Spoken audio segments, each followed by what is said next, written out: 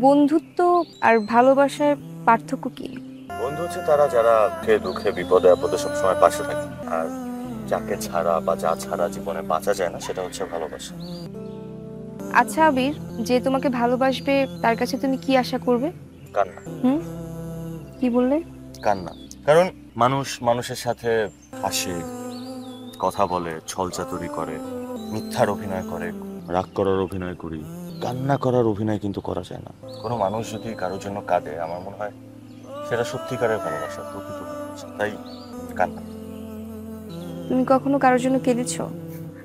না, সেই সুযোগ এখনো পাইনি। ডোন্ট ওয়ারি, খুব তাড়াতাড়ি পাবে। আবির, তুমি আমার খুব ভালো বন্ধু হয়ে গেছো।